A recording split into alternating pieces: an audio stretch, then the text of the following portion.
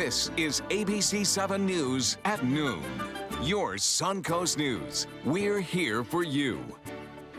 Hello and welcome. I'm Scott Dennis. Thanks so much for joining us. Topping our news today at noon, it was game on in New York last night. Donald Trump, Hillary Clinton facing off one-on-one for the first time. It was likely the most watched debate in history.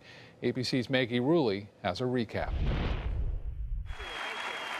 Donald Trump and Hillary Clinton sharing the stage side by side for the first time last night, as the first presidential debate turned into more of a backyard brawl. Challenges against each other's character. When you try to act holier than thou, it really doesn't work. Personal attacks. He started his business with $14 million borrowed from his father. And almost nonstop interruptions. Donald, I know you live in your own reality, but that is not the facts. You have no plan. Oh, I do. Trump started out strong, putting Clinton on the defensive. Let me tell you. Hillary has experience, but it's bad experience. You called it the gold standard. You called it the gold standard of trade deals. You said it's the finest deal you've ever seen. No. And then you heard what I said about it, and all of a sudden you were against it. But Clinton quickly turning those critiques of her. I've been all over the place. You decided to stay home. Against him. I think Donald just criticized me for preparing for this debate. And yes, I did. And you know what else I prepared for? I prepared to be president. When he defended leading the birther movement. I was the one that got him to produce the birth certificate, and I think I did a good job. So he has a long record of engaging in racist behavior.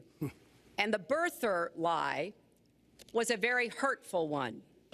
And then there's the whole sniffles controversy. Trump blaming what many viewers heard as sniffles on what he claims was a bad microphone. They also gave me a defective mic. Did you notice that? Anybody who complains about the microphone is not having a good night. Some on Trump's team are even saying maybe he should skip the next two debates, but Clinton says she'll be there even if she's the only one on stage. Now, despite the hype, the big question remains. Do debates really sway undecided voters, and will they make a difference come Election Day?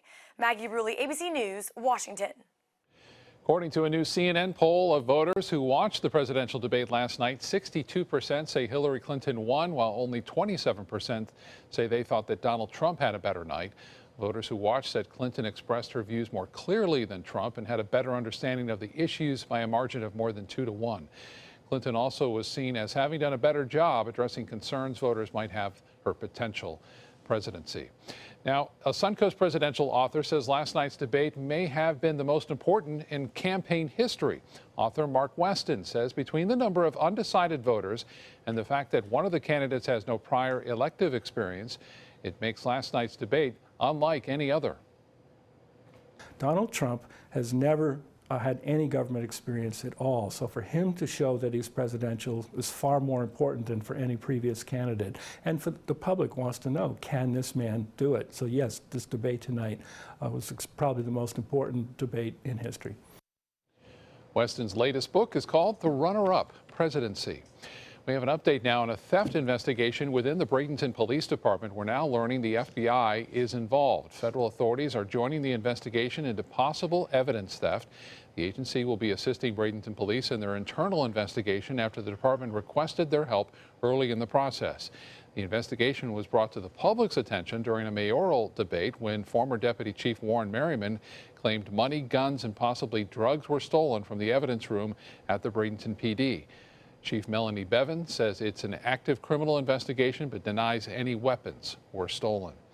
Also in Manatee County, Palmetto City Commissioners vote on a new budget for the upcoming fiscal year. During last night's meeting, commissioners unanimously approved the $26 million spending plan. The biggest spending will be $4.6 million for police department, $2 million will go to the city's stormwater fund, and another $1.5 million for the road and bridge fund. Palmetto business owners are fighting plans to open a new nightclub in the city. A new tenant wants to turn part of the property on 8th Avenue West into a Spanish nightclub. But city officials rejected his application for a conditional use permit. They say a bar would cause further parking issues there.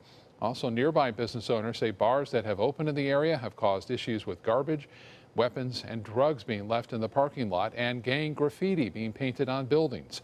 This will be the third time an attempt to open a bar in the space has been turned down by the city.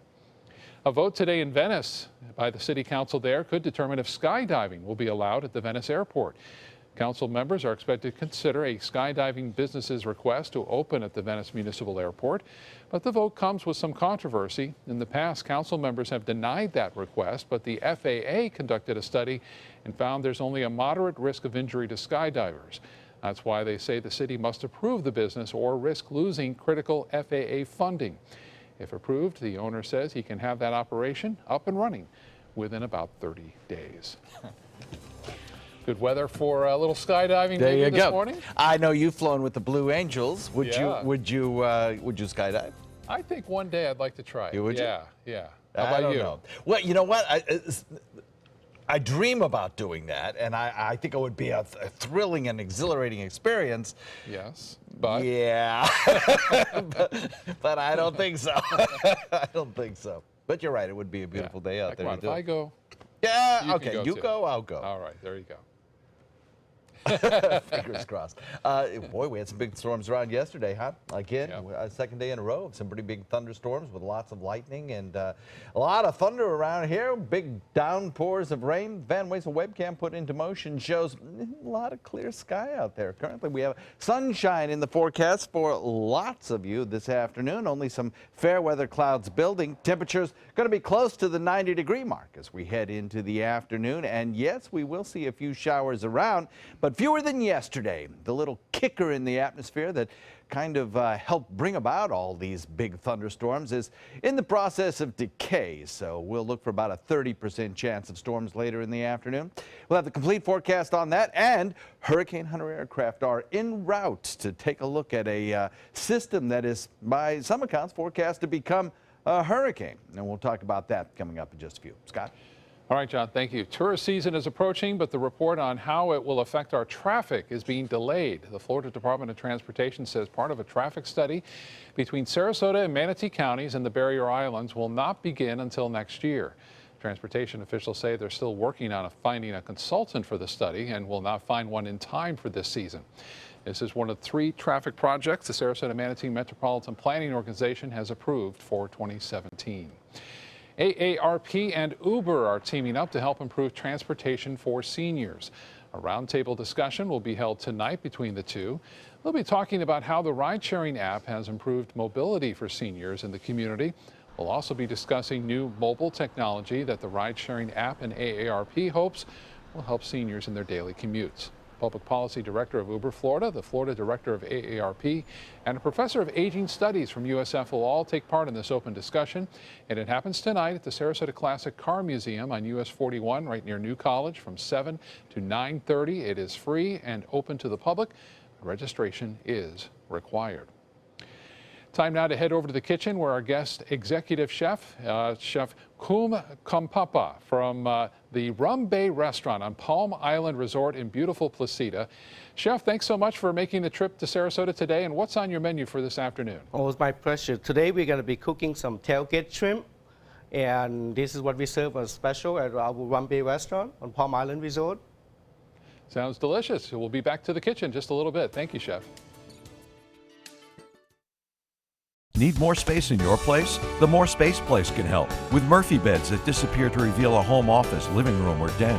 Custom closets with designated areas for your shoes, bags, wardrobe, and accessories. Custom-built entertainment centers, garage storage systems, and more.